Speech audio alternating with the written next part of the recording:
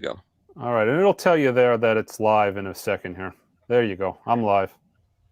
All right. Hello, everybody. My name is Chad Kassem from Acoustic Sounds, Quality Record Pressings, and Analogue Productions. I want to welcome everybody here for the first annual pay-per-view session. And we're paying them to view us, right? Okay. Yeah, right. And last week, two of my favorite vinyl enthusiasts and friends, whose both names are Michael Fremer from the Analog Planet and Mike Esposito from the In Groove,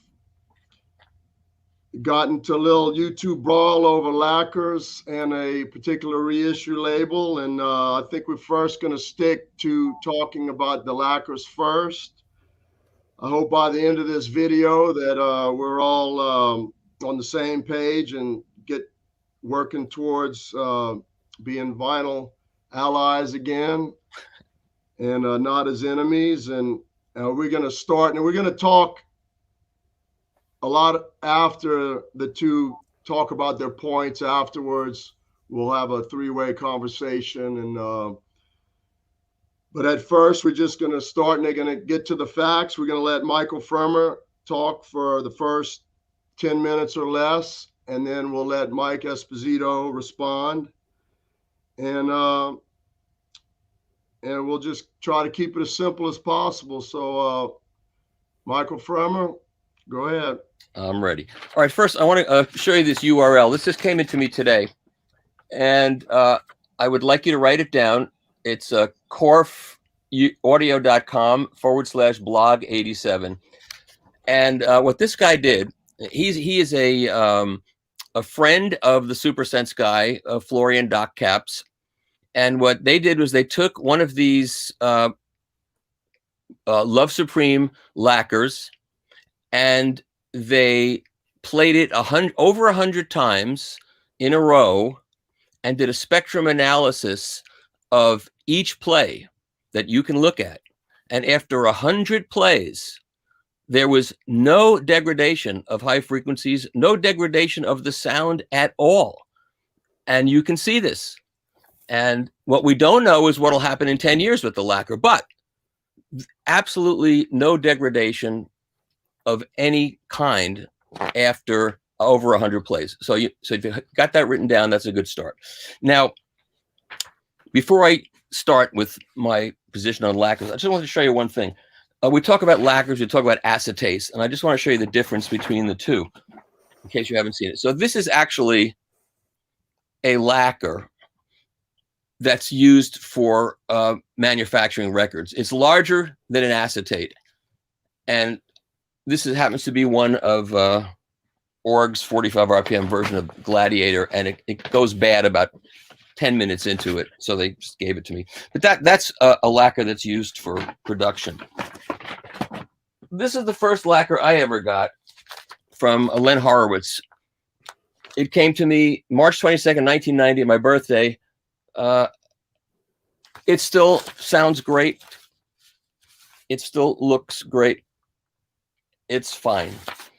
And this is at a point in time when he was saying, we need your help through your suggestions and reviews to keep records alive. This is how bad things were at that point in time. Anyway, that's that.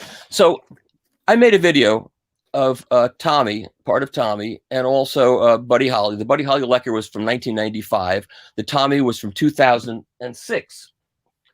And if you listen to that lacquer, some of the people that went there to attack me that are Mike's fans, and I really love the fact that he's got absolutely loyal fans, but some of them are nuts. I mean, they're absolutely out there.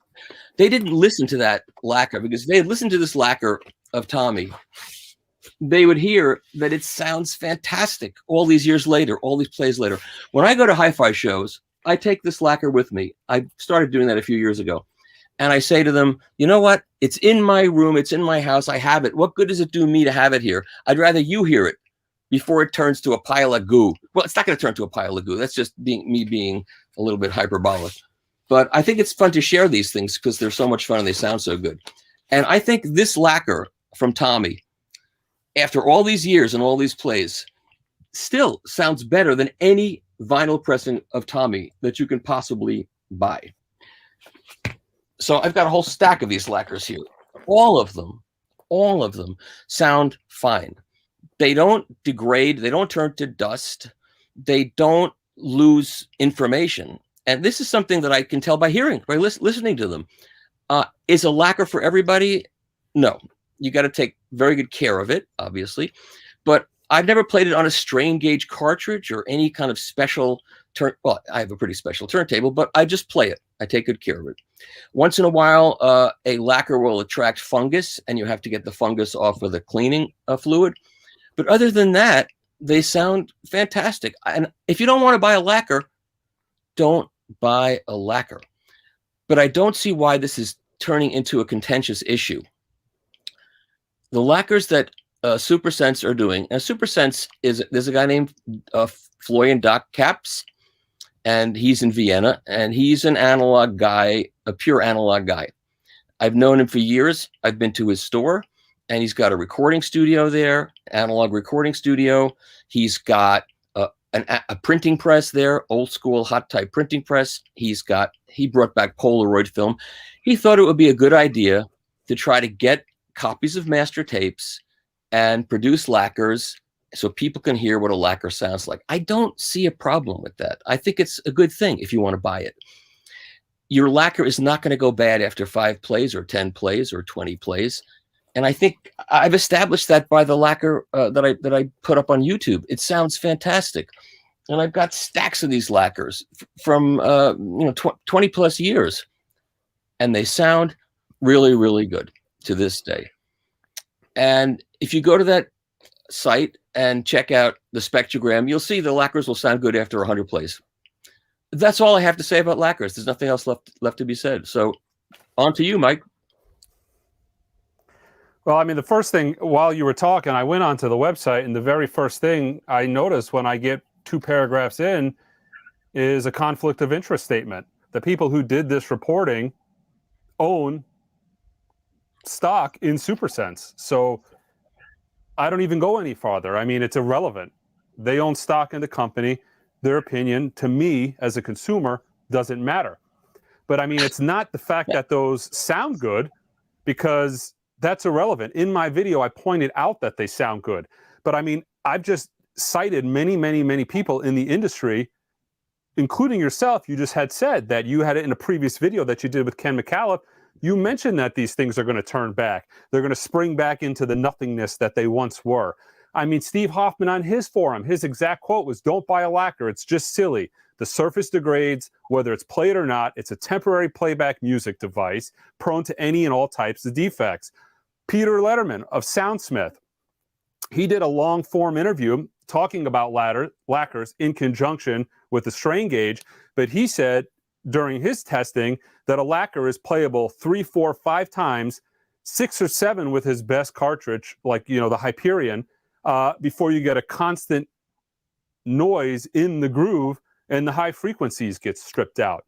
I mean, Joe Hardley said that this was, of Music Matters and Tone Poet fame, said this is a endeavor for people with more money than sense.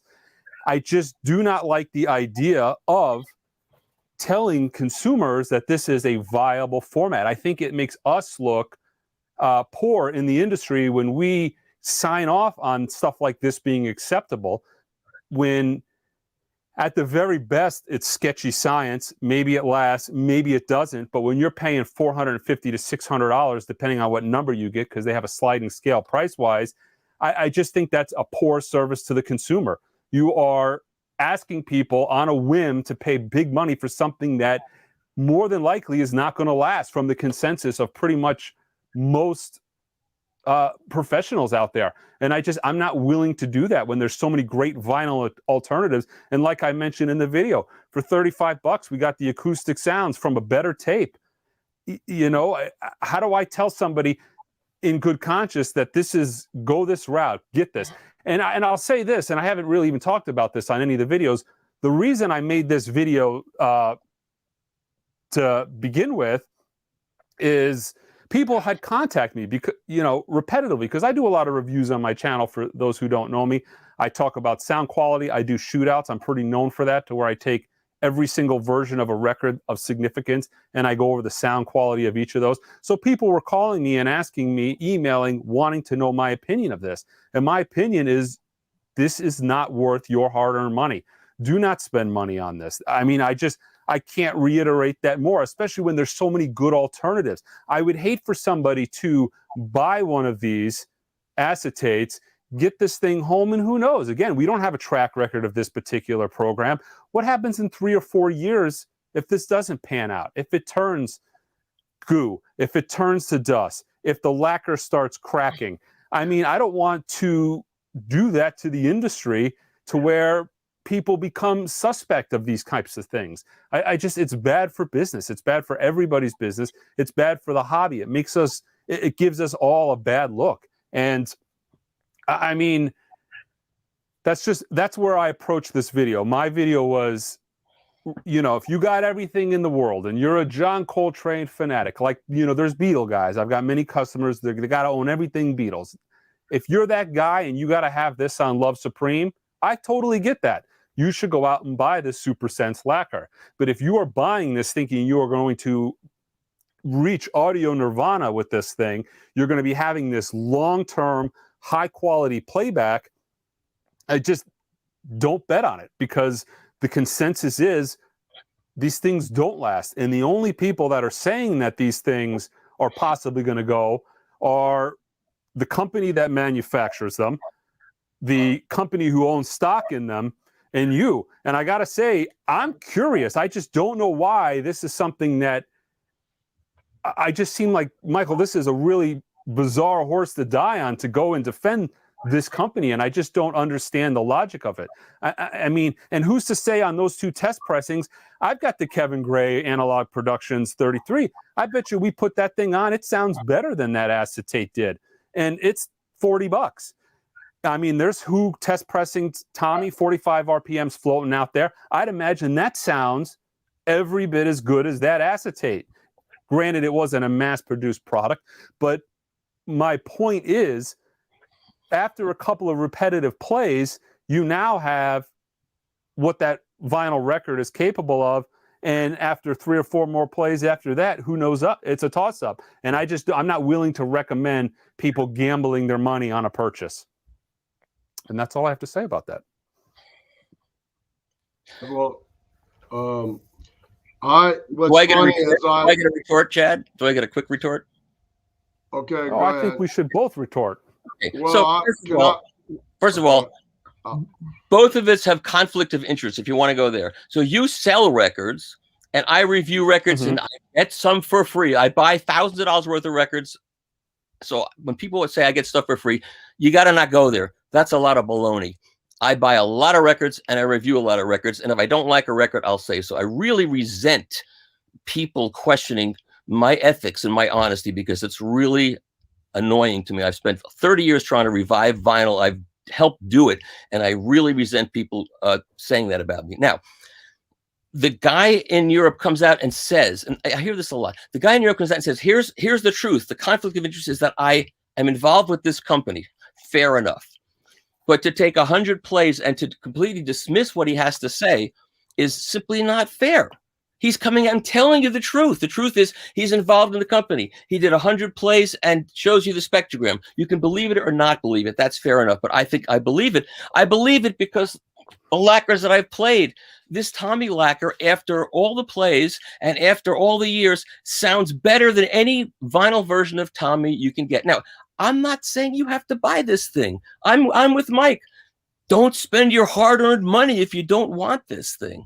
But this Tommy will sound better than any Tommy you can get on vinyl. And this guy is doing this project, and it's a cool thing. And if you want to buy it, buy it. That's all I'm saying. And that's all I've said all along. Buy it. But if you Michael, yeah, you're saying let's look at the spectrograph. I mean, if we were looking at spectrographs as consumers of vinyl records, we wouldn't buy vinyl records. We'd buy CDs, because when you look at a spectrograph, everything digital has going for it is a huge benefit on a spectrograph. No, actually, a CD has a less wide frequency response than vinyl, but that's high definition files. All that thing shows is the high frequencies do not dissipate after 100 plays. They're all there. Now, if you can not believe the guy, if you want to not believe him, I don't know what to tell you. We should do an independent test with somebody not involved, get one of these lacquers, play it 100 times, do a spectrograph analysis of the frequency response, and then if it's all there, would you then believe it or not? I mean, it's going to be in the proof. I'm not willing to pay $450 to grind down a lacquer. Fine. I mean, I feel confident enough and I understand that. But if someone's going to ask me my opinion, and that's essentially what I'm just giving, my channel is, if you tune into the In Groove, you're going to get Mike's opinion. That's just the nature of my channel. But you know, the thing is too, and you say some of those people are, you know, nuts. In all honesty, Mike, a lot of my guys, they're your guys. I mean, we have, if you look at the statistics, the crossover on our channels are huge. It's the same people. So, but let me say also, when you talk about conflict of interest, I don't see selling records as a conflict of interest. And I've got video. If you go back on my live streams, you go back on my recommended, look at my jazz video where I say top 10 recommended imprint jazz records. How many times I've gone out of my way to specifically tell people, I have this record, it is in my store, it sounds like crap, do not buy it. Good for you. I do the same thing, but I get people accusing me of being a crook because I get records for free, and I really resent that. I don't know what is in your heart personally. I won't comment on that, but I will tell you that it looks bad from the standpoint when you have $50,000 to $100,000 in free records given to you by a company. It looks bad. Forget about your intentions. I'm just telling you how it looks. Every record reviewer gets free samples. That's a fact. Every record reviewer. And the record reviewers, let me finish. The record reviewers that people trust are the ones who give them their opinion, and they go out and buy the record, and they find out that that reviewer was correct about what it sounded like. That I can tell you. You know, I have every Mobile Fidelity. Wait a second. I have every Mobile Fidelity record. I have rows of Mobile Fidelity records. So I can tell you that this record doesn't sound very good. I wouldn't have bought this record. And I wouldn't have bought this record because the master tape of this record was lost 40 years ago. That's a fact. If you ask Roy Halley, who engineered this, how this record sounds, he'll tell you it's not so good because the tape they're using is not the original master. It's some other tape they found. It's very tired after 40 years. Mobile Fidelity will still send me records because they respect my opinion is based upon what I hear, not upon some nonsense. You know, so if you think I'm bought off for records, there are review people who say you get taken out for a meal by a manufacturer, so you're bought off. Or people say, oh, everything you review gets a good review. That's not true. So people want to lie about me. It's very upsetting to me. I'm not saying that is the case. I'm just saying how it looks. You know, I as a store, I buy millions of dollars. How it looks to people who are stupid and don't understand what the business is. They're being stupid. No. I don't think that's the case. When you look at politics or anything else, there's always a set of rules in place to prevent people from thinking there's impropriety there. And should be the same thing with vinyl. It's not. And every record reviewer is not one record reviewer in the world is to be believed, because all the record reviewers and all the CD reviewers all get promo copies of things to review. Well, that's not true, because I do reviews all the time. I do reviews all the time with records that I pay. Every ERC video record I buy records and I review them. So please, I buy records and I review them too. And you know, I go to shows. I go to shows and I bring the ERC and I bring Chad's. And I don't tell people what to buy. I say, here is Chad's version of this. Here's ERC's. Here's Chad's. Let's play it. What do you like? And I play it. And you know what? Some people like Chad's cut by Kevin on a solid state system better, and some people like this. And I don't even review these because they sell out immediately. So what's my conflict of interest? Just to defend him against you holding up a picture. Look, it's got a seam split. Here's Chad's Gets Gilberto. It's got a seam split. Do you want to attack Chad because his record has a seam split? I mean, that whole video that you made with ERC was so unfair.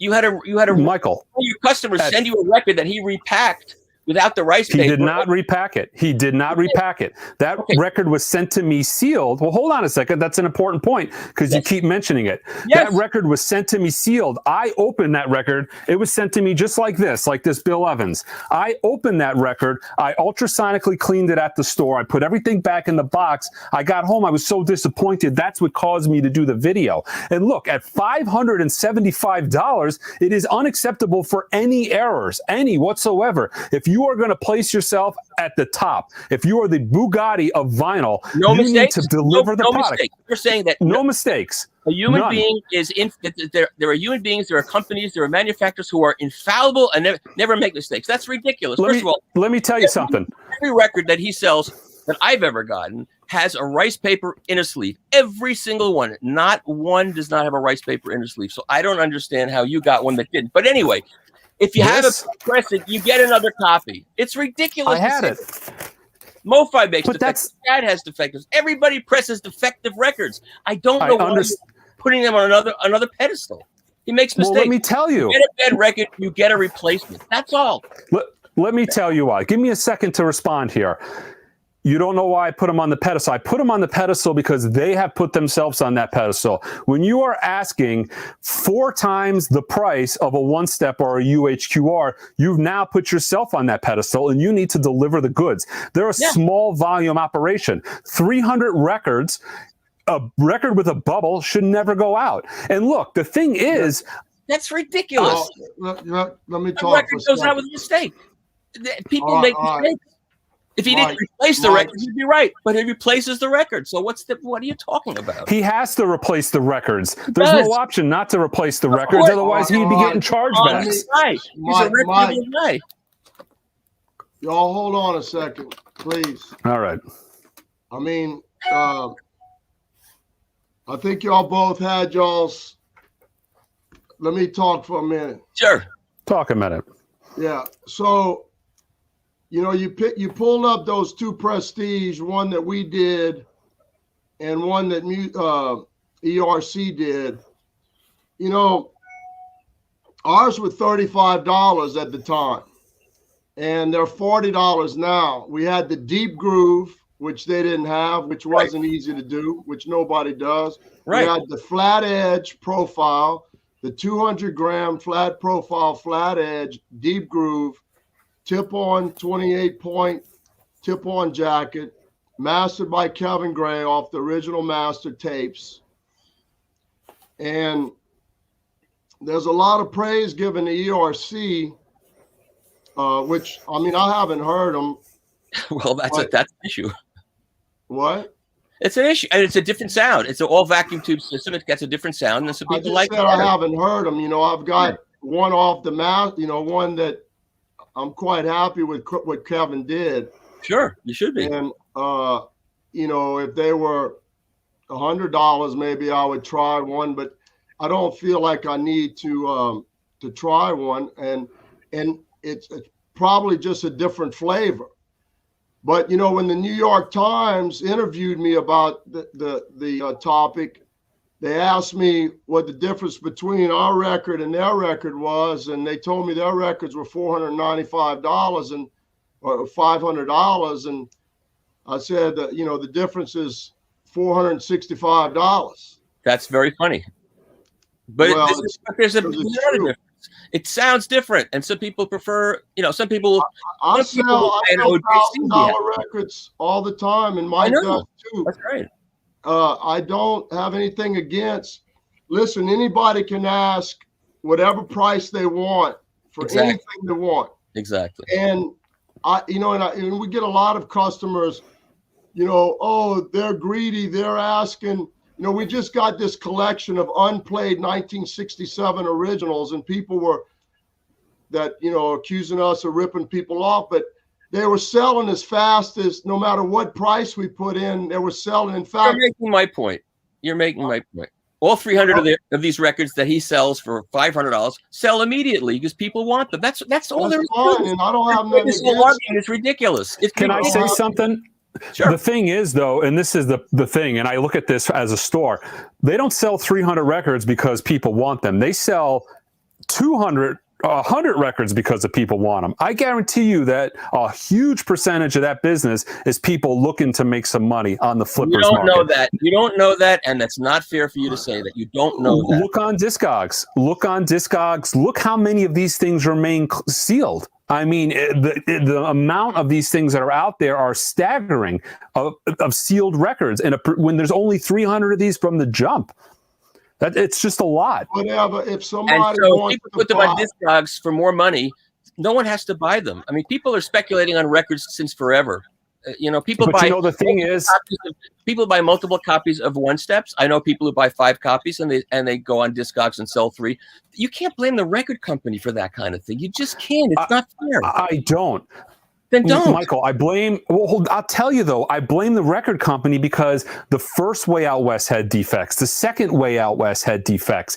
The Mal Waldron I had defects. And then I bought the collection, and then the Vervel box set, which cost $3,000, sounded horrible. It was so noisy. My criticism, if anything, should be used for them to improve their product. That I kind of refuse to criticism believe. is perfectly reasonable. I would never have a problem with you saying, I bought these records and the pressings are bad. That's a different issue.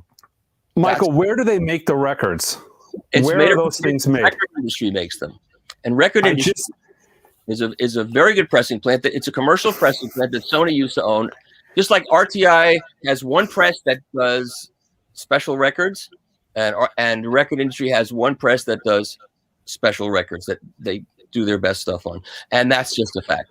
So the thing is, too, if I'm ERC, record industry is not the place to be making these. They're not the best. If I'm providing the most premier product in the world, I'm going to go to RTI and have it pressed on super vinyl, because that is the most premier vinyl I've ever heard. Have you gotten any defective records from RTI? I've gotten plenty of defective records from RTI. I've gotten. Everybody presses defective records. This business, pressing a perfect record is almost impossible. Everybody presses. I understand that.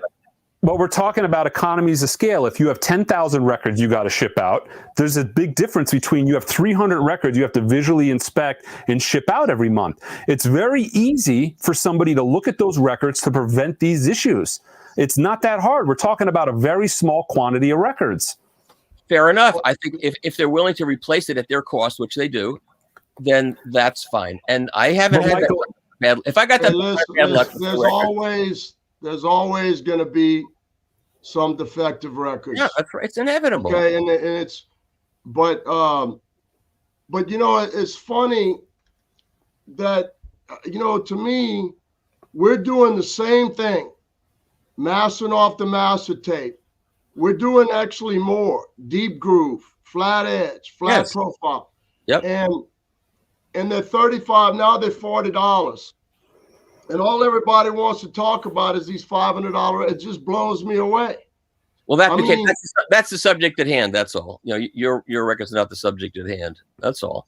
Well, it is at hand, because we're going to be repressing these prestige. That's great. That's great. And but it is kind of the subject at hand, because I mentioned it in the video. My comments were, we have better quality things that are available for less money. I just don't understand.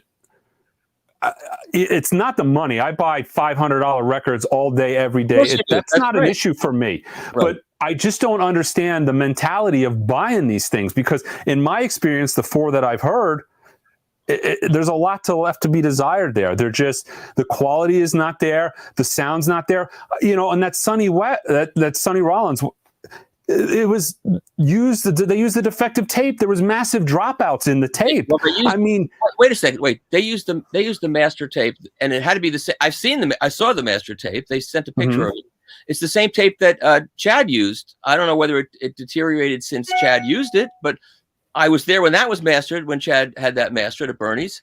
And did during you hear Come Gone, during Come Gone, there was massive dropouts on the ERC record that I listened to. Michael, did they use the EQ they knew about the EQ, which Kraft did not use on the record that you said was mastered from Analog when it was not mastered from Analog, and that one did not use Not the me. not yours. I'm talking about And I made a mistake on that, and I corrected that in the second video. Once again, like the consumer, I fell to crafty wording. But it goes, you make mistakes too. I've seen plenty of retractions. Beach Boys, Steely Dan Asia. Fair enough. What I made a mistake with Asia because I thought that the Cisco Asia was really good, but it wasn't that good. I wanted to talk. You think it's great? Look, we talked. I think it's fantastic. I don't think so. I thought it was good when it first came out, but now it's that's not from a master tape, and it's I know. and it's not very good. Okay, I wanted to talk about the Lacquers. I mean, I think we talked enough of beat that horse dead on the We had ERC. horse dead. I mean, if you want to buy a $500 Lacquer, buy it. Yeah, exactly. If you want to buy a $575 record, that's up to you too. Exactly. Just when, but the thing is when you can buy the same thing for $40. Who's offering contrasting opinion here, though? That's the thing. Most of the people in this racket now, the people buying records, didn't own a record player 2 years ago. I would say the number is significantly over 50%. No, not most people. No, that's I would say most. I see it every day, Mike. I got 200 people through the door, and I see the amount of people. I've got statistics even on my site. That's anecdotal evidence. Most people, a lot of new people are into this, which is great. It's really great. But you can't say that most people have bought are in the last 2 years. But that's a whole nother discussion. I mean, and I could do it just based off specifically the analytics coming through my website and my store POS. I will rephrase it. The people coming into my store and purchasing from me, most of them are in the last 2 years. Right. Then that's great. There is great for the business. It is, but I think somebody needs to set these people on the right path. I mean, somebody needs to explain to these people. I mean, I got 2 records here, and I'm going to go back to ERC one more time. We've got Mal Waldron here. Right. Here's Mal Waldron. People are buying $300 turntables. I'm not buying a $500 record. I don't even see the point. Of course not. Right. So, but the focus with these 2 records are. I mean, look at the jacket. That's Kenny Dorham. I understand that. I don't have, Chad didn't do Mal Waldron, and I don't have the ERC Kenny Dorham. But if we look at the quality of these 2, I mean, the only thing as far as I can see we're getting is we've got Kevin Gray's cutting versus ERC's cutting, and we've got a little bit nicer of a background here. The back is significantly nicer versus the Analogue Productions. But if you look at the front of these, you couldn't pull the 2 apart from one another. I mean, they're both spectacular on the front, assuming that the Mal Waldron isn't still bent. Right. Looks like it's flattened out. This record sounds absolutely spectacular. Does it sound better than the Kevin Gray cut? It's one solid state and one is tubes. That's a big difference in sound. Whether you appreciate that difference or care about that difference is a different story. But especially for the classical titles, Love Forever Changes. They did it wasn't that good. It was cut on a tube system. It was not great. But was a fold down. For the violin, for the people who love strings and violins and orchestral music, the all tube cutting is a very different sound from the solid state cutting, and that is a distinction you cannot just bypass. I was significantly less critical of them when they're doing Leonard Cohen records that are $10,000 on the secondary market, and you offer a record for $450, as egregious as that $450 I might view is. I understood that. That made a lot of sense. Exactly. But when you do John Lee Hooker's Country Blues, that Kraft has a Kevin Gray cut for $25. That's not what better. I agree with you. I agree with you on that. That was that. And Love Forever Changes they did as a mono fold down. Why would you do a mono fold down of a stereo record? Makes no sense. Okay, why are we doing White Stripes titles now at $575? We need an all tube cut. Okay, well, so why does that?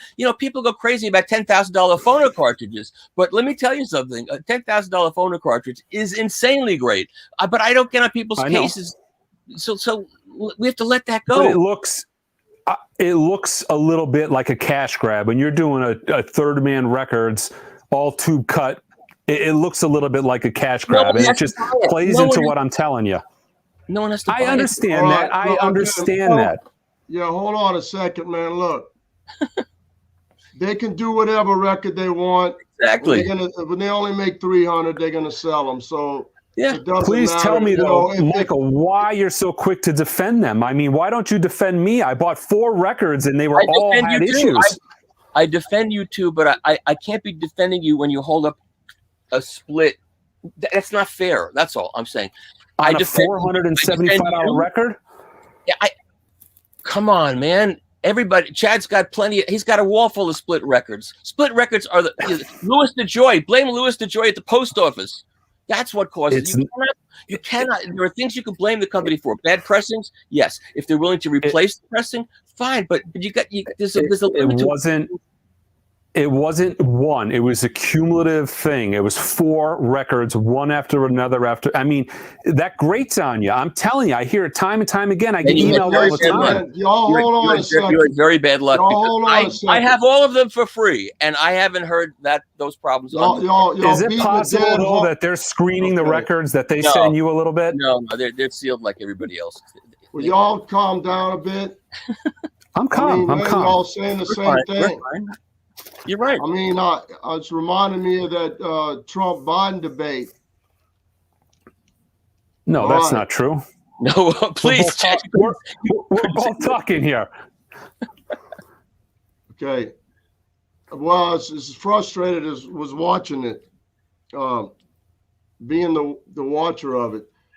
Look, I was going to talk about lacquers. You know, I think the ERC is. I think it's enough. Yeah, if you want to buy it, go buy it. I could give a shit, really. If you want the OJC, don't buy Chad's $40 record. Chad, we both know somebody who is calling you a ripoff artist for charging $35 for your records. He called you a capitalist pig. We know who he is. Oh yeah, well that same person they're selling the Mercury Living Presence. Oh, now you're $45. It's crazy. That's crazy. $45 of a digitally remastered Mercury Living Presence. So, yeah, I thought he was my friend. But anyway, whatever, man. We're all friends. It's important to keep that in mind. We're all in the same business of promoting vinyl records, which were supposed to be dead. And then I want to talk for a minute, man. Can I? No. Absolutely. Is it all right? Yeah, but you got my blessing. Okay, to me, y'all were talking about lacquers, and to me, I'm right in the middle of what both of y'all think and say. To me, we all know that. Well, most people know that lacquers can sound fantastic. They're unbelievable, man. I mean, it is unbelievable how good they can sound.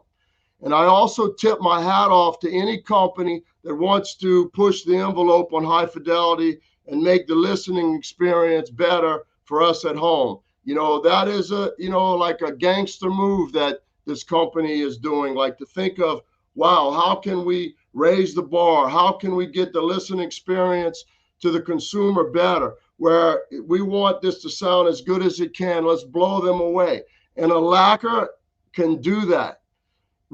Most people that know can all agree a lacquer sounds great, but what nobody could, and everybody can agree that they degrade, but what nobody knows is how fast they degrade and how much and how long they last, because every batch of lacquers is different, you know, and no telling what kind of environment they're going to put it in, no telling what they're going to play it, what kind of rusty nail they're going to play it with, how much they're going to play it. My question is, who was the mastering engineer?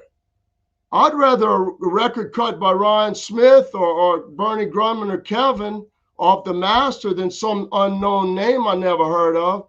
Who is this guy, the mastering engineer? To find out, you know, and just like Chad, you sell reel-to-reel tapes. The formulation. Okay, the formulation. Let me just. This will be out. We talking about Love Supreme? Yeah. Now, $500.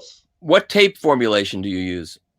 We get the 900 from recording the master. How long has it been around? I'm not for sure, but we don't know what that tape's going to sound like in 20 years, do we? We don't.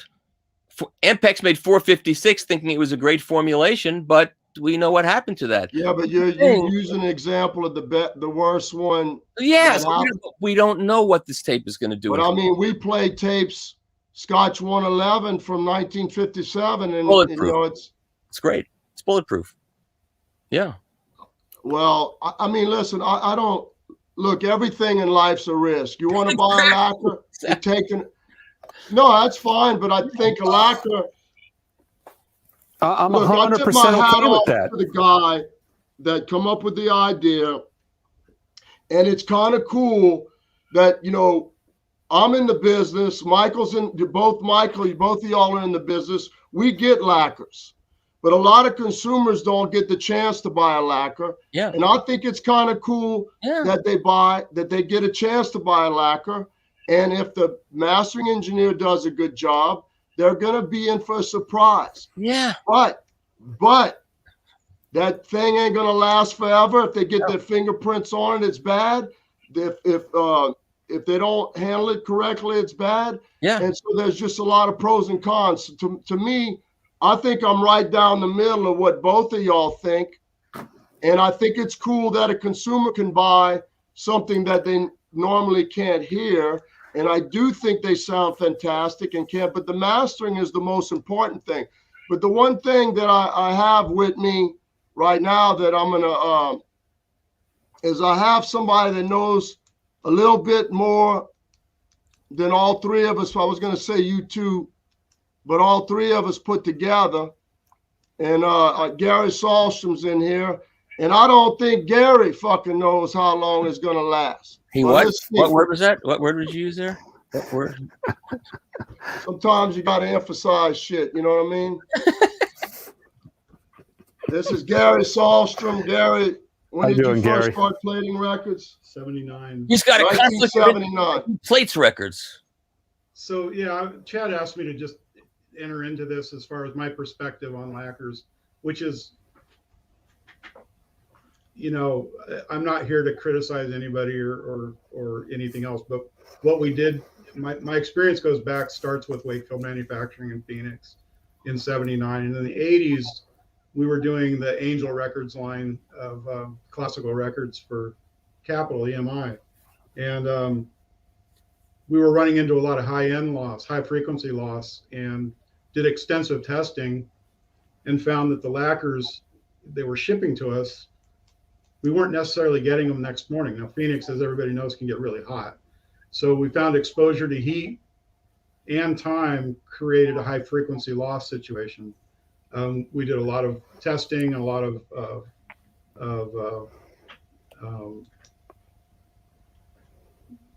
I'm sorry.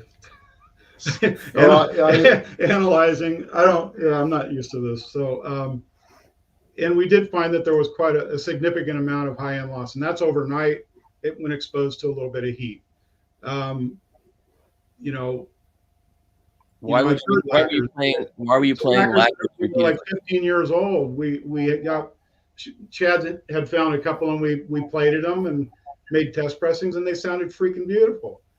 We don't know what it sounded like originally, but it sounded beautiful. It was clean. It was acceptable.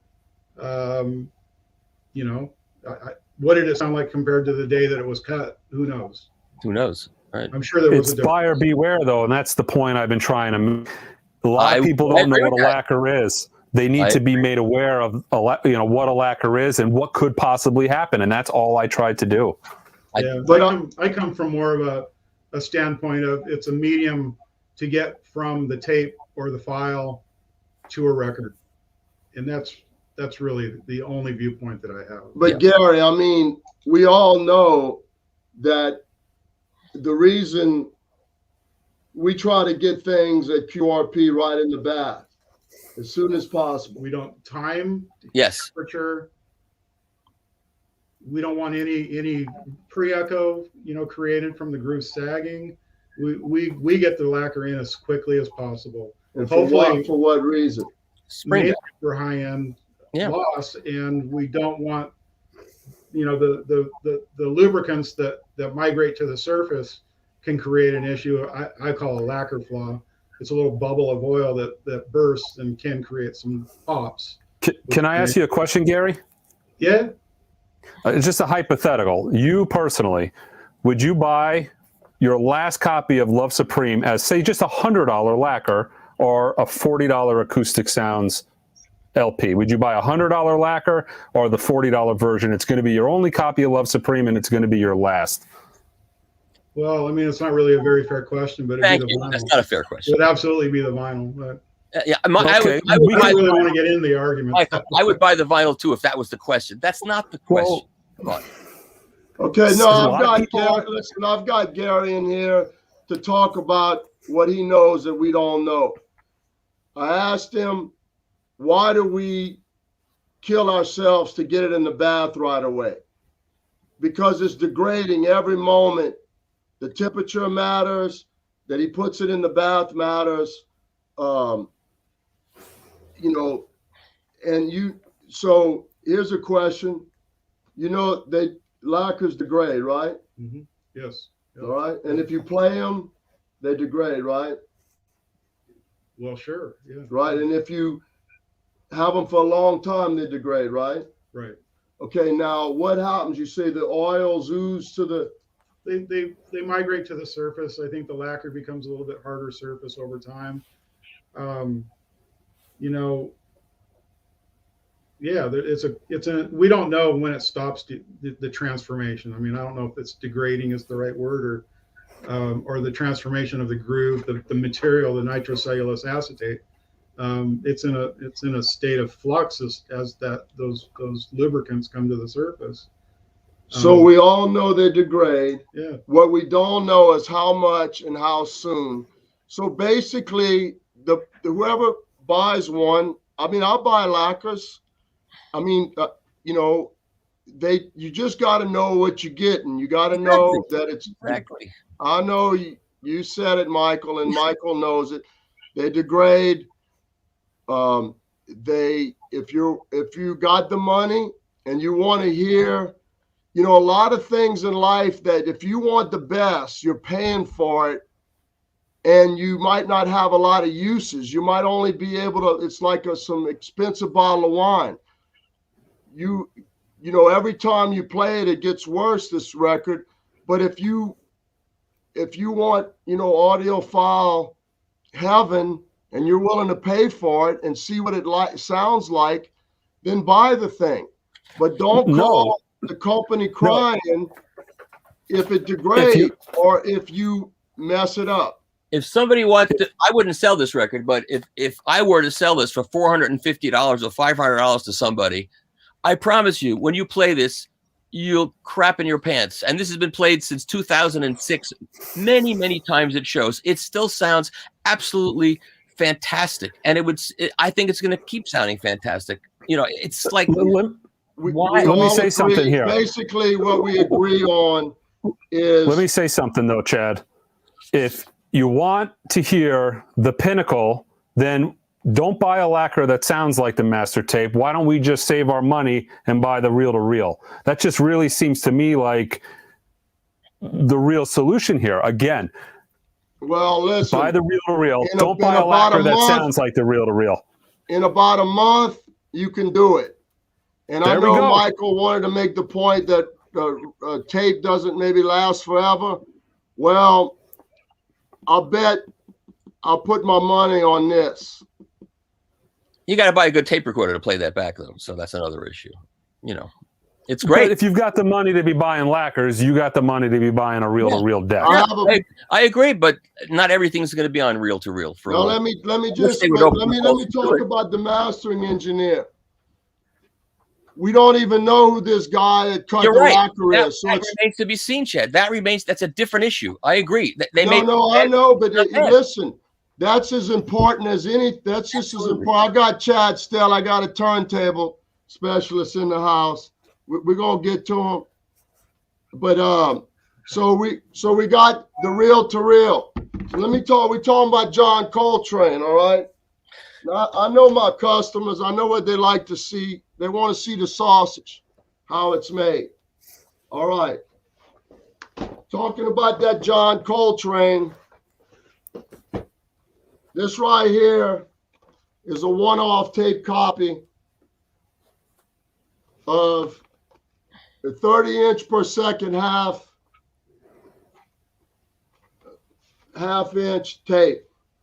All right, 30-inch per second half-inch, and this is a one-off copy of the original that had the flaws in it. This is what cut our 45 impulse and the speaker. No, we had the original, but this tape copy is what cut the speaker's corner 33. Okay. Now you see that right there? Bob, the producer, A77, ABC Paramount. This is a tape. This is a copy of the tape box. This is a one-off 30-inch, 30 IPS. Okay, that's a one-off of the master that's been played to death that we cut. Kevin Gray cut the speaker's corner 33, and then Kevin used the master to cut our 45 of that. Now, the second time we did Love Supreme, we were told that there's a one-off tape copy that was made for the UK, was made like just a few months later by Rudy Van Gelder, sent to the UK, and they used it like once or twice, and it stayed pristine up until a few years ago. They called back for that tape, and Ryan Smith was able to A/B this tape copy and that one, and believe that this new unplayed one-off tape copy was the premier copy in the world now of Love Supreme, and that's what cut the $40 33. Okay, and the hopefully one of these days you might see a UHQR come out on that title, cut by Ryan K. Smith on 45, pressed at QRP. And y'all don't start calling the order lines just way down the line. And Chad, take a freaking number. Chad, how many of the annoying people said to you, "But Chad, you didn't use the original master tape for your Coltrane record. It's not the original master tape. You lied." Yeah, I heard I'm those. not lying.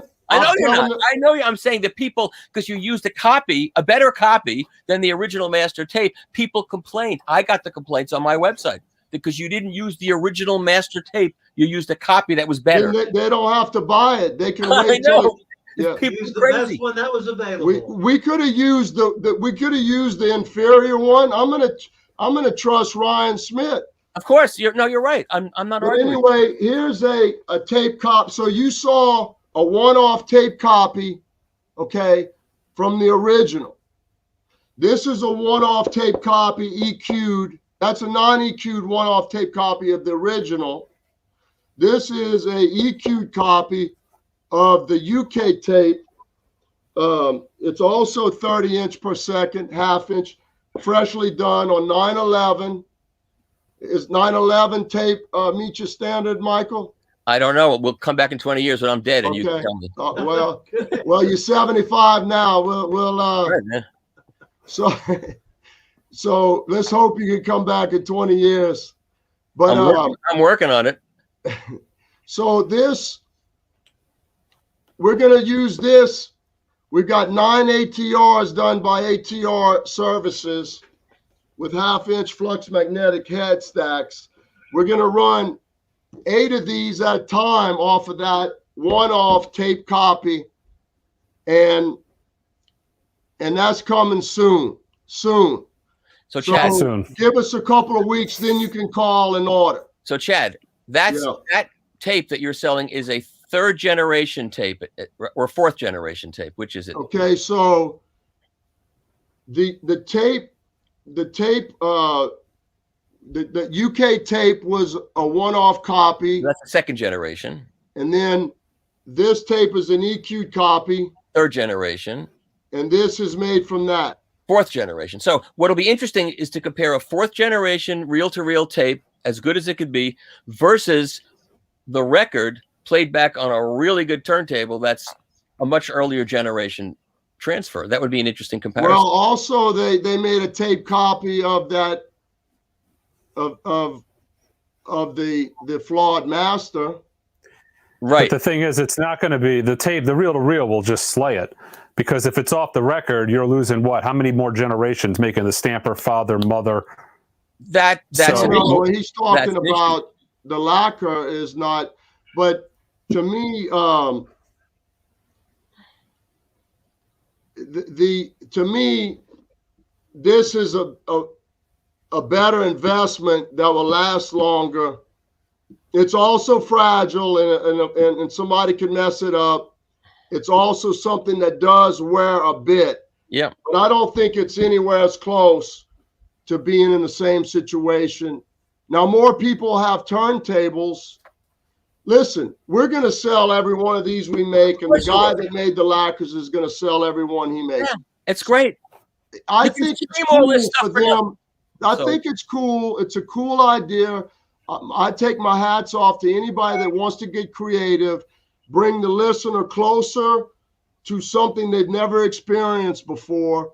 But I know that this tape, and I know the UHQR, because I mean, I've already heard the test pressing 45 that we've done on the Love Supreme, and you know, it's in fact, I mean, they're getting $400 for the 45 that Kevin mastered.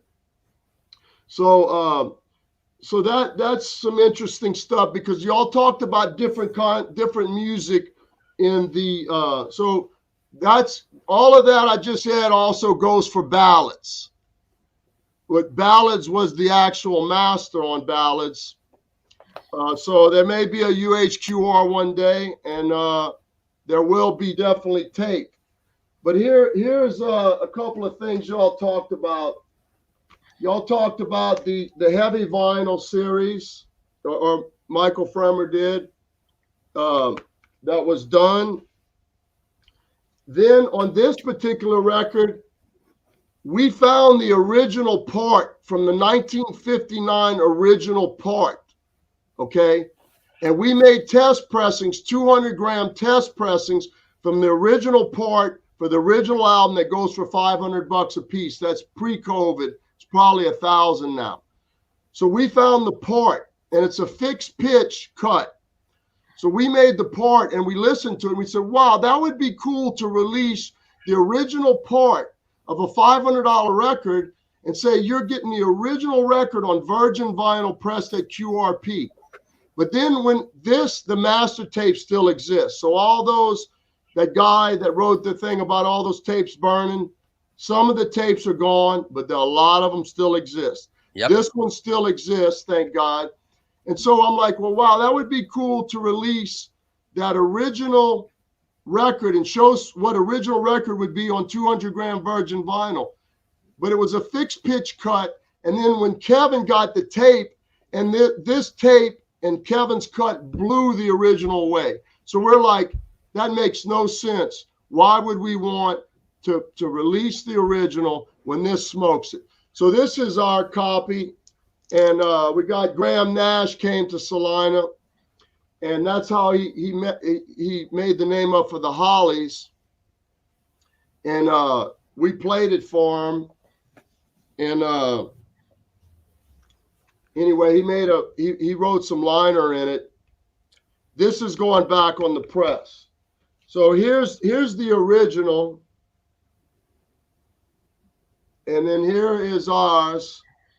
And then here is the heavy vinyl. Now, here's some news, because listen, I know everybody wanted to hear about Lacquers and ERC, but they want to see what the hell's coming out. They want to get some. So these Prestige that are $40 with the 28 point tip on, glossy. We're going to be repressing these soon. The whole series? We talking all stereo? What's that? The whole series, all stereo, all mono? 50 titles? Yep. Mm-hmm. So these are 2 titles that ERC did. Oh, here's an original saxophone Colossus. Here's our saxophone. I think ERC did this one. Yep. That saxophone Colossus. Chad, Had a seam split. Did that come from ERC? No, I don't have any ERCs. I'm Chad, quite happy with Chad, what I need to ask you a question. Are you using a hot stamper to press your records? Are your records hot stampers? You mean hot pokers? Hot stampers, Chad. It's very important. Are they white? Are they white hot?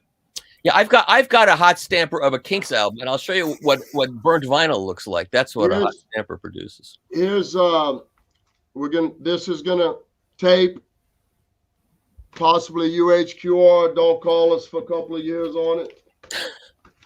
And so anyway, I just thought that since y'all were talking about this, the ERC was talking about some of the titles that we're going to be repressing, and now that Analogue Productions and Acoustic Sounds is back working together with Concord, who knows? You might see some contemporaries, or you might see some represses of the contemporaries, and we're definitely going to see some represses of the Prestige. So we're going to be working again. You may see some UHQRs. I mean, 2022 is going to be an unbelievable year. All I can say is get ready, because there's going to be some shit coming out that's going to blow people's minds, and it's going to be the best year. And we're getting back together with Concord and Contemporary and the Prestige, and what we're doing with the Universal Verve series. And but anyway, I asked Stelly to come sit in with us, because Stelly is a turntable guy, and he's got a few opinions, and I don't know. He didn't know about this little controversy that was going on, but he did know about that on, how you say it, the on-sal zero dust. The on-sal. Fremer's got stylus gel. Fremer, you started too. You poke.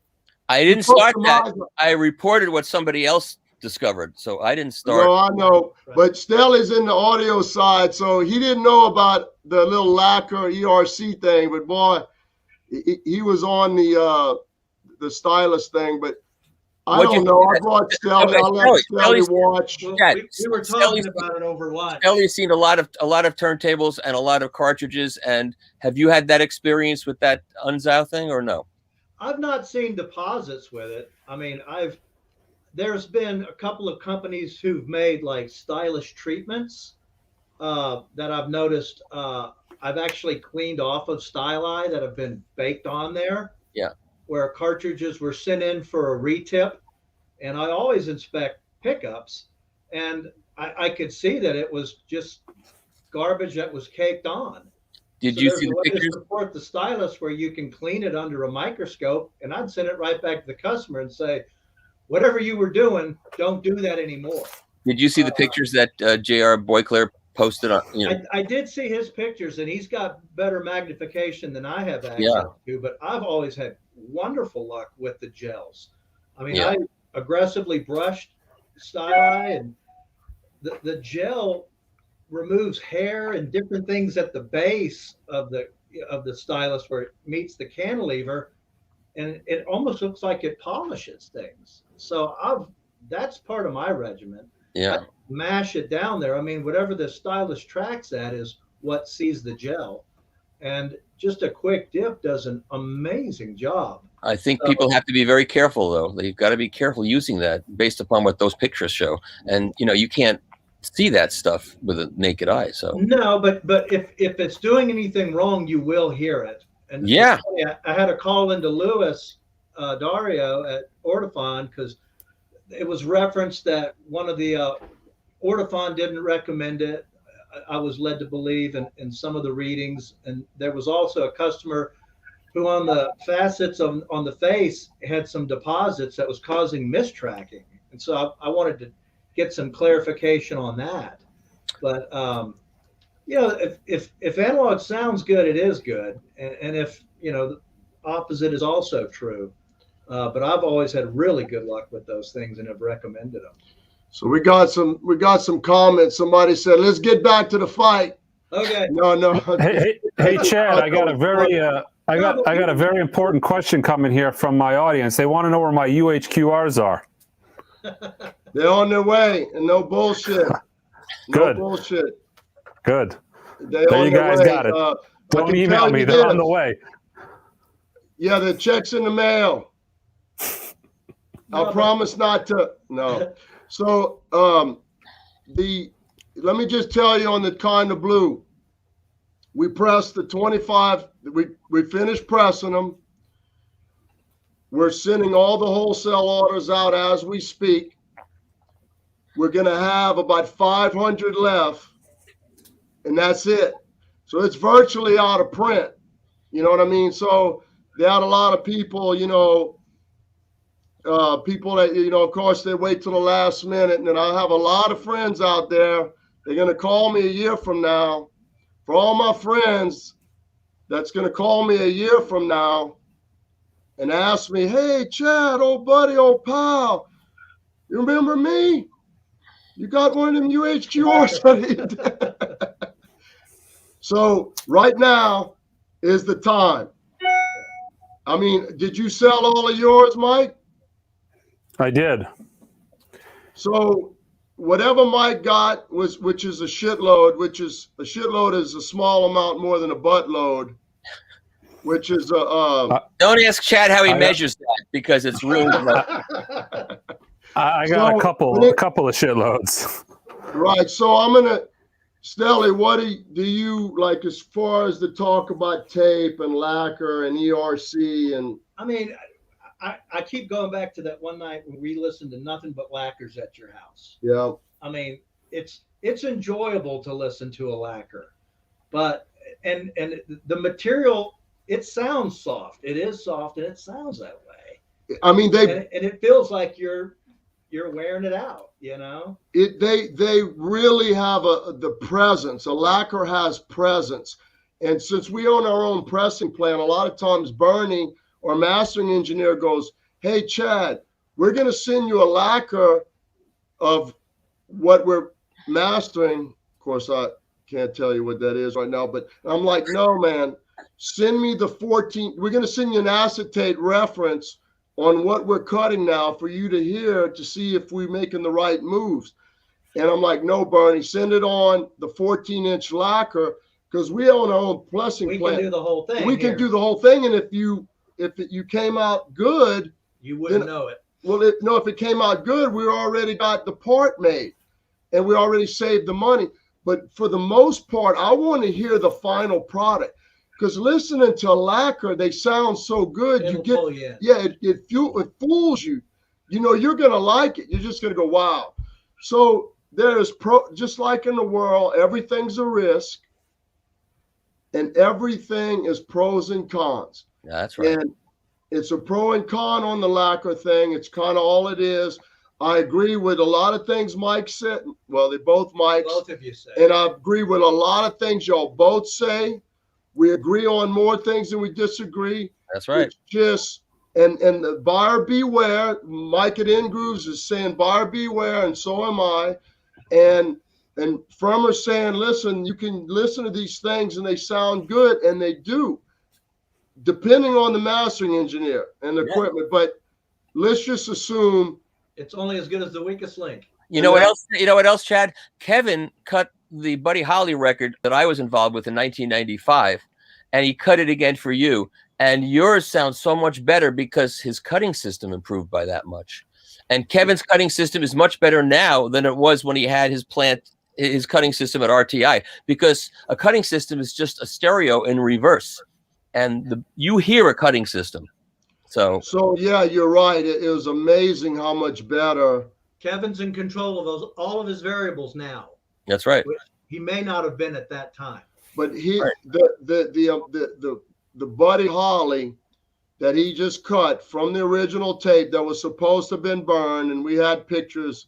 Even some of the tapes had some Waylon Jennings doing Jolie Blanc on it, which is a classic song. We had pictures of it. I mean, and so I'm like, wow, it'd be cool to get this original. And a lot of people thought, wow, it'd be cool to offer both the original cut and that. And I'm like, why waste the vinyl if one is so far superior? Then it's not worth doing, man. It's not worth doing. But I have some test pressings. It's an amazing story that we're able to find those parts. And that goes to show you too that old parts can still be good and last. So I think I'm right down the middle between the two mics. I think that, and I exaggerate. I'm guilty. Everybody at Acoustic Sounds know they tease me. I exaggerate a little bit sometimes because I get excited about stuff. But I think both mics exaggerated a bit on both sides. And I know Mike was just kind of, when it said it turns to dust, although I'm sure in a rare case it can. And on the other mic, Fremer is a little bit pro on it lasting, but I mean, you can get your fingerprint on it.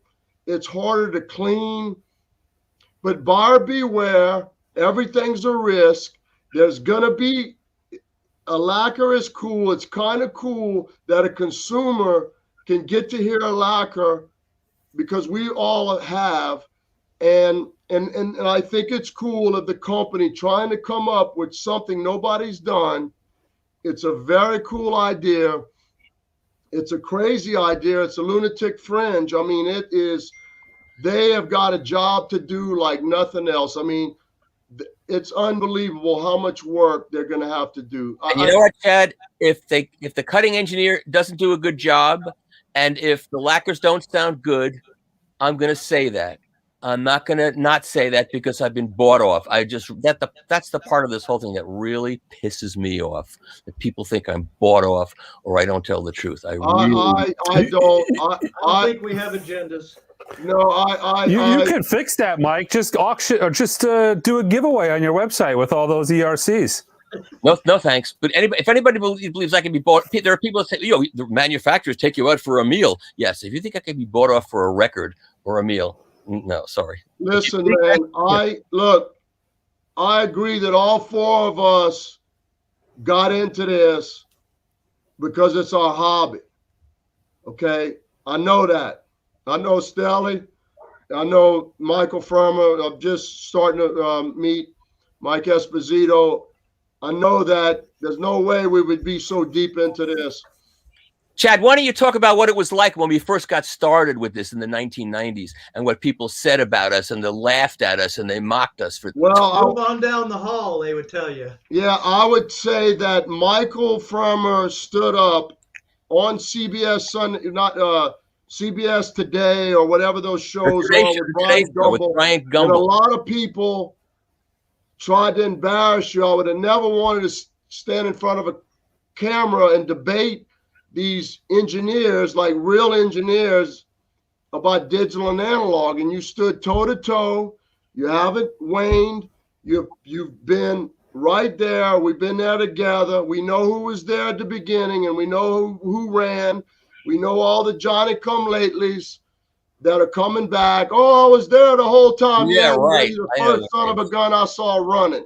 Jack, I'll tell you one last anecdote. So, Chad, I was on a CBS radio show with a very famous digital engineer, and I got the best of this digital engineer. And at the end, he said, this is just when the Soviet Union was about to collapse. And this guy says, the Russians use vacuum tubes in their airplanes.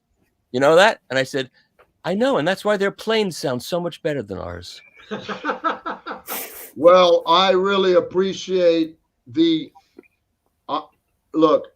We'll just try to wrap this up, man. Is we all agree, we're all trying to educate the consumer. We're trying to get them closer to what the master tape sounds like. We're trying to educate the consumer. We're trying to show them what goes in the sausage. We're trying to be transparent. This is how things are made. This is why it's important. This is why we use the master. This is why we spend everything we have trying to upgrade things. And we're all trying to get our favorite records. We're trying to collect our favorite records, and we want the best sounding version that there ever was of our favorite record. And I think that's why we all do it and why most of our customers do it. Very true. I think listen, I sell records for a living, and Michael Esposito sells records for a living. We got so many good records, we don't need to recommend bad records. That's right. I just don't talk about the shit I don't like. I mean, I'll twist your arm when I'll twist your arm when it's something I believe in. I'm the best salesman in the world when it comes to something I believe in. I'm the worst in the world when it's something I hate. So, there's so many good things I can recommend. I can't, especially now, there's just so much great stuff. Did we ever think Never this was going to happen?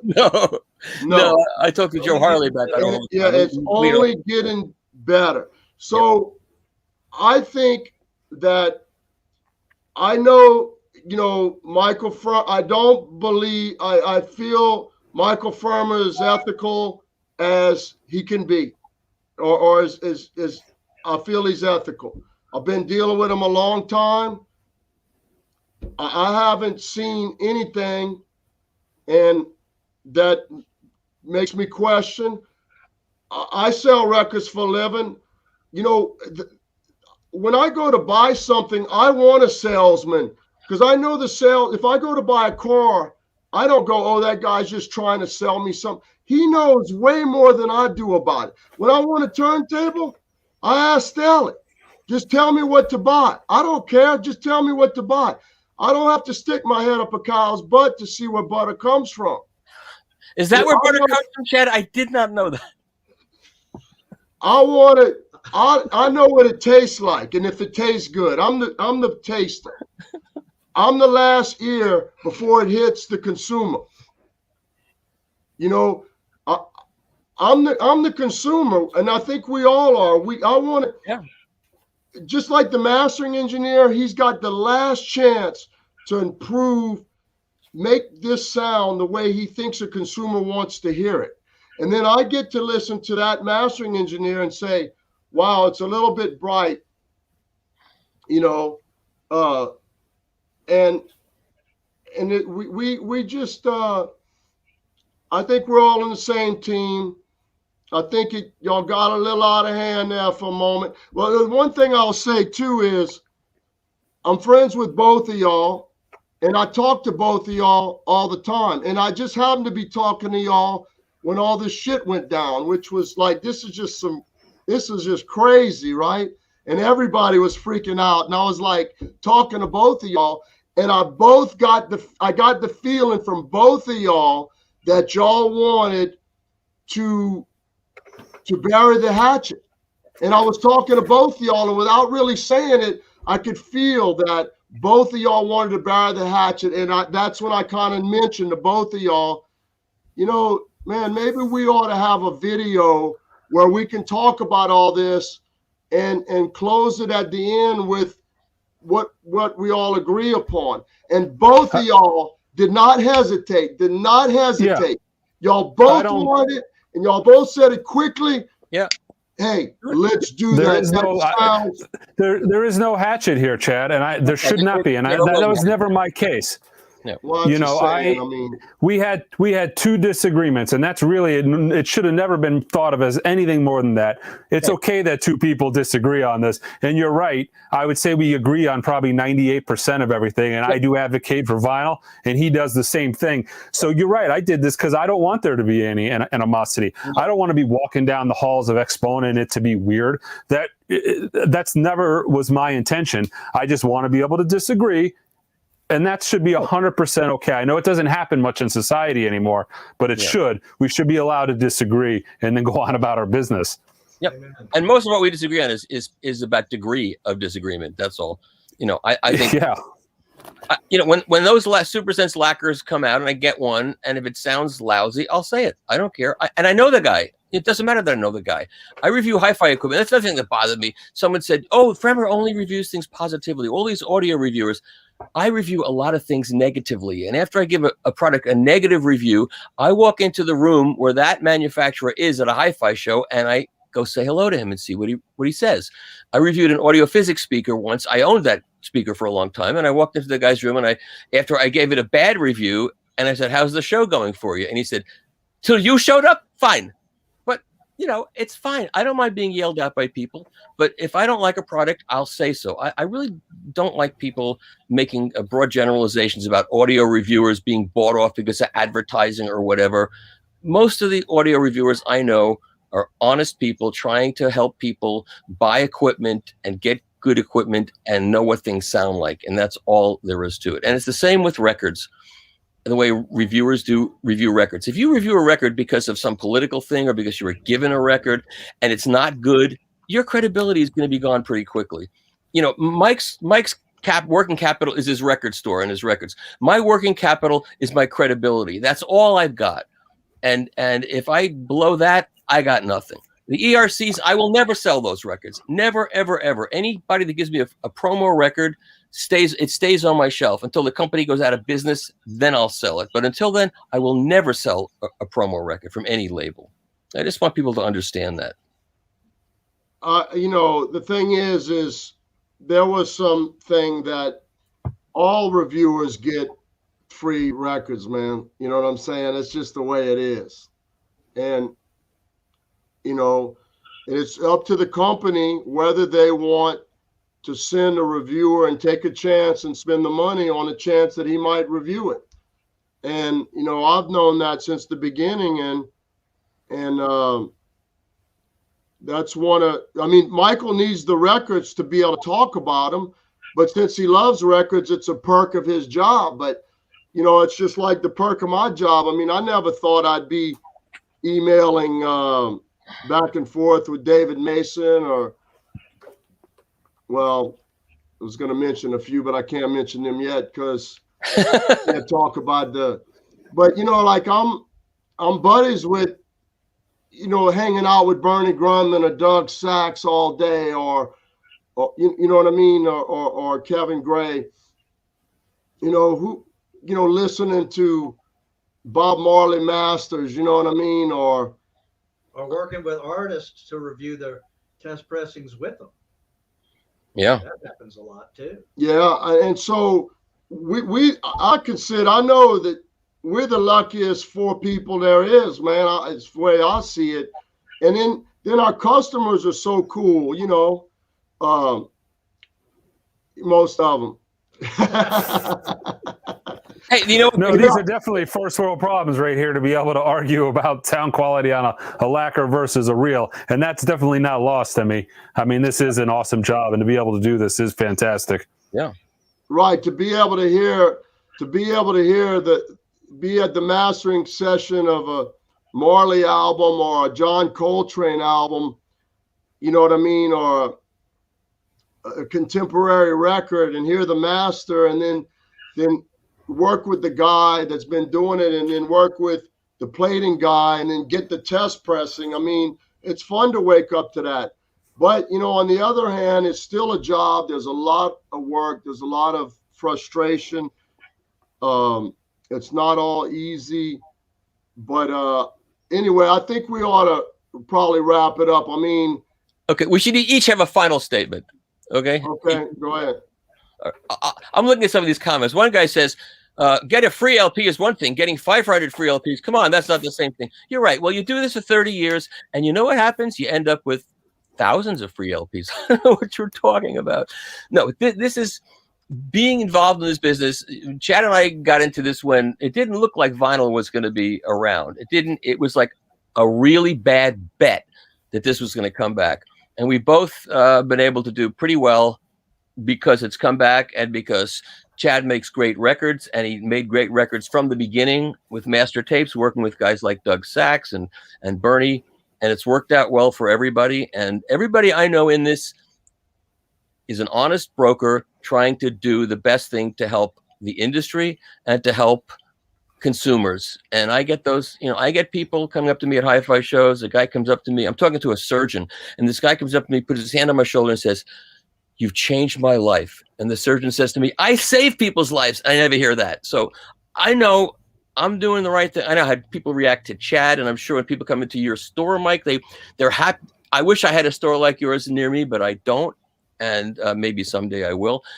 And so we have disagreements, but they're not major disagreements. They're more disagreements on perspective and perhaps intensity, but that's about all. So that's all I have. I think we look at things somewhat slightly different. I'm not saying one is better than the other. I have a store, I sell records, but I look at things and I review things, but I do it in the eyes, to me, I do it in the eyes of the consumer. I buy everything, I look at everything, and I share online with people my feelings, and I do it very spontaneous. I don't write anything down. I don't think about anything ahead of time. I do live reactions, and I do it spontaneously, and I think like a consumer. When something is great and I'm surprised, I mean, it shows through on the camera, and when I'm disappointed, we end up with the ERC video. But I do things, I try to look out for the consumer because I know that's where my bread is buttered. It's the people that are buying those records, and I really, truly want them to be happy. I would never sacrifice, I would never sacrifice 10 future sales to make a sale on anything that was bad in the short term, because I'm young and mentally I'm thinking to myself, I need this to last for the long haul. So I try to approach everything like I'm looking out for you. And maybe a lot of people don't agree with what I have to say, but that is my mentality. That's what I'm doing when I do these videos. A lot of people don't know my channel, but I started the channel long before I even had the online store. And that came with the shootouts. People would come into the store all the time and they'd say, "You have 100 copies of Sgt. Pepper here. What's the difference?" And I thought to myself, rather than explaining to people every single day, there's got to be a better way. And that's how I started the shootout videos to begin with, where I could tell people, here, I talk about it for 20 minutes, go online. So I just think of it as, I'm trying to help the consumer out. I'm sure you're doing the same thing. We just do it, you're doing it as a reviewer / critic, and I'm doing it as the consumer. Same thing. I think we get to the same place, though. Yep. Stella, you want to say anything? Yeah, I think everything we're talking about is very valid. And what plays in the back of my mind is I remember going to an audio show not too long ago. And I mean, lacquers can sound fantastic, but they can be delicate. And there was a turntable manufacturer who was demoing a very high-end table. And the guy who was running the room had access to some very nice lacquers that belonged to a record company who was a friend of his. And he was playing lacquers on this turntable when the manufacturer approached me and said, was trying to show me this turntable. And while the record Lacquer was playing, he starts banging on it as it's playing to show me how sturdy this table is, not only in relation to speed, but the absence of noise passing through it. And the guy who was running the demo was just freaking out because his Lacquer was pretty much gone at that point. But, they can sound incredible, but they are delicate. And I think that's come through today. So anyway, I thought about this, like I said, when I talked to both of y'all, and I'm like, I got y'all the impression y'all both wanted to come to a close on this, and then I'm like, well, shoot, man, I guess this is what we're going to need to do. Then I'm like, how is this going to turn out, man? I mean, I hope. So I guess if you ask me, did it come out what you thought, or was it worse or better? Or I would have to say probably right down the middle. Like it got a little tense there for a moment, man. I had to try to, but I think we're all passionate. I know we're all passionate, and passion is everything. It really is everything. Passion and is everything. And sometimes we got to towel off. Right. That's what they say. They tell me at Acoustic Salad, towel off, Kassem. Ace. So, the passion came through, no question about it, on all of our parts. And the consumer benefits. And I think that, but for the most part, it's pretty much, I guess, exactly what I expected. It wasn't any worse, but it was as good as, I think, all in all, whatever happened, and it's a close. If they want to buy an ERC, go for it if they can get it. If they want to buy the lacquer, go for it. If you want to buy the tape, you're going to be able to do that. If you want to wait for the UHQR, if you want to do that. If you got $35, you can buy the 33, and I promise you, they sound awesome. And I mean, what do y'all think, Mike? Which one? Well, both of y'all. You're a $35 train. That whole Verve series is phenomenal, and especially because those tapes were supposed to have been burned in the fire, and they weren't. Well, every time we do a title, they do, they either find the tape or they don't. And the ones that, most of them we have, and the few that haven't, we just don't do them because there's so many good ones and they have so many tapes. Why do it? A tape copy? Now, there might have been one that there was all they could find was a one-off analog tape copy that was in great shape. That's fine. Most records from the day, the original vinyl day, were not cut from the master tape. There was a cutting master made from the tape. So, right. So basically, but I oversee it and I okay it and I do it, because I know my name's going to be on it.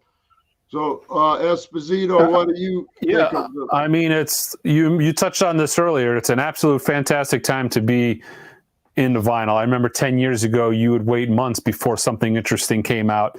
And now we're getting things between the Acoustic Sound series, UHQRs, mobile fidelity titles, one steps, Craft's doing one steps. You're doing reel to reel Blue Note classics. Might have said that twice. It's unbelievable. It is a fantastic time. And I'm so glad that the industry is starting to put focus on higher quality stuff. It's not just the reissue, it's not just MoFi, it's not just you, it's the labels themselves are starting to put out quality stuff, and that's fantastic. I dig the series. I'm looking forward to, hopefully we can get some more squirrely titles. I know obviously you got to start with the Love Supremes, the ballads, but I love the kind of like what Blue Note's doing. I hope to see the day when we get the squirrely stuff, the Alice Coltrane, and the more bizarre stuff. But you can start your own reissue label and do some of those subpar tapes because there's got to be tons of great stuff. There's got to be tons of great stuff, and you're going to get to it. I have a feeling you're going to get to it. No, I'll listen to some of that Alice Coltrane, and I get emails all the time for that stuff, man. I mean, I've listened to some of it, and it was done in our living room, and I mean, let somebody else do that. And Michelle did some of that stuff. It was fantastic. Some of that Impulse, Alice Coltrane stuff is good. Yeah, it's a little squirrely. It's a little out there. I'm sure a lot of people love it, and they can do it. But I gotta, I kind of stick to what I know and what I think my guys want. But anyway, you'll get deeper as the titles go on. You'll get deeper, I think, and that's a great thing. But anyway, look, I think we've done enough. We talked enough. Everybody got to say what they needed to say. I think there was some educational stuff. I think we, you know, we agreed on more than we disagreed. And somebody mentions, Chad, you don't set up a fight and then get mad when things get intense. I didn't know that I set up a fight. I don't think it got that intense. I've been in a lot more intense fights than this. I was kind of smiling on the inside. Maybe it's my Italian in me, and I just come off that way. But to me, I never thought it got that intense. Reading the comments, I'm seeing all these comments, and I think that a lot of them are very interesting, and and some of them are not interesting. Right. Sam Records, Snap, Crackle, and Pop. Sam Records are fantastic, and I know you sell them too, Mike. Right? You sell Sam Records. Fred, listen, I get these emails where somebody says they had 4 verbs that our records are noisy. They had 4 copies of the same record, and I'm thinking, man, dude, you need to get in another hobby. Please, I hope you're not buying them from us, because some people just, I'm sorry, man. I got a lot of great customers, but about 1 out of 1,000, you just can't please. That's right. You just can't please them. Just remember, Chad, you could have the Beatles come back from the dead, play in their living room, and they would say, wow, Paul's bass was out of tune. But anyway. I heard that from the guy that we were talking about. He said he finally, I ripped a Beatle record for him, and he said, I finally got to hear the problem with Get Back. Paul's bass is out of tune. Thanks a lot. And that ruined that for you? Is that really what ruined that for you? Wow. Yeah, I mean, Lightning Hopkins and John Lee Hooker, they had bad timing, but man, I mean, they're my favorite artists. It's like, does it move you? It's what it's all about. But that's it. That should be the final statement. Does it move you? That's what it's all about. Right. But hey, listen, you guys, look, let's hope we can do this till the end of the line. Been doing it for a while, and very excited and happy with everything. We're definitely at the beginning of where this is going. Yeah, I never thought it would get like this, but when people said, "Oh yeah, Taylor Swift fans are buying those records so they can hang them on the wall," and then she comes out with that Red album at 45 RPM and doesn't tell anybody, and you get these comments, "It's a man singing it. What happened?" Because they don't know they don't have 45. So yeah, that was hilarious. We're playing. But I'll mention one thing. There's a lot of people that make comments that they don't like people that hang their records on the wall, or they don't like flippers, or they don't like speculators, or they don't like people that just collect records, or they don't like people that buy 5 of the same copy. Man, whoever wants to buy a record for whatever reason they want to buy it, it's none of my business. If they just want to collect them and hang them on the wall, it's art. Let them do it. I don't care. And there's speculators in every business, whether it's real estate, whether it's anything, there's speculators. Wine. That's right. Yeah. And I buy 2 and 3 of my favorite records, man. I'm sorry. You can call me a collector and I'm a hoarder. Okay, I'm guilty. I might put one on my wall. My little girl's buying records. She bought that Olivia Rodrigo, and we listened to the whole thing. It's the first thing we've ever done like that together. The whole record we listened to, man. And I mean, it was emotional, and we brought her to Sterling Sound in Nashville, and she played that record the whole trip in Tennessee. And they came to pick me up, and I said, Ryan, did you happen to cut that Olivia Rodrigo record? He goes, actually I did. I says, oh man, dude, okay, this is cool. I said, well, when Jasmine and my daughter comes in, will you play her the master? No problem. So she comes in, because of course I'm an old fuddy-duddy, you know what I mean? And about as cool as a freaking so she comes in. I said, hey, Ryan, Jasmine's been playing these songs, this Olivia Rodrigo. Ryan, did you master that? Yeah, I sure did. Would you play her the master? So we put her sitting in the cat daddy seat, the mastering engineer seat. I forget if he has ATCs or what, we just cranked it. She just, and she's like, Dad, I heard things I never heard in that record before. She's, all of a sudden, I mean, she still thinks I'm lower than dirt, but at least I'm at the dirt level, for at least a day, So whether they want to hang it on the wall, whether they want to play it on their Crosley or Crosby or whatever they call. I mean, I know it sucks, but and they want to collect it or they want to invest. If they want to buy 2 copies, man, I don't care. And if they're flippers, I'm happy sometimes when I miss out on the record that a flipper, the new word flipper, has one. I can buy it because it's like, buying a movie before it comes out. It's a convenience. They had it and I want it. And I don't feel like waiting for it.